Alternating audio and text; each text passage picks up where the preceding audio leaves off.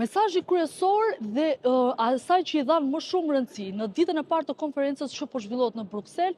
lidhur me të gjithë informacionin i cili është i manipuluar nga aktorët e huaj, është në fakt fuqizimi i secilit nga ata që marrin informacion. Secili prej nesh ka një smartphone apo një mënyrë për të loguar me rrjetet sociale, siç është Instagram, TikTok, Facebook e të gjitha platformat që na ofron sot teknologjia. Por, nëpërmjet tyre është dhe forma se si ky informacion i manipuluar nga aktorë të ndryshëm, kryesisht, siç thonë panelistët në këtë konferencë, vijnë nga shoqëritë autokratike apo si rasti i Rusisë apo i Kinës,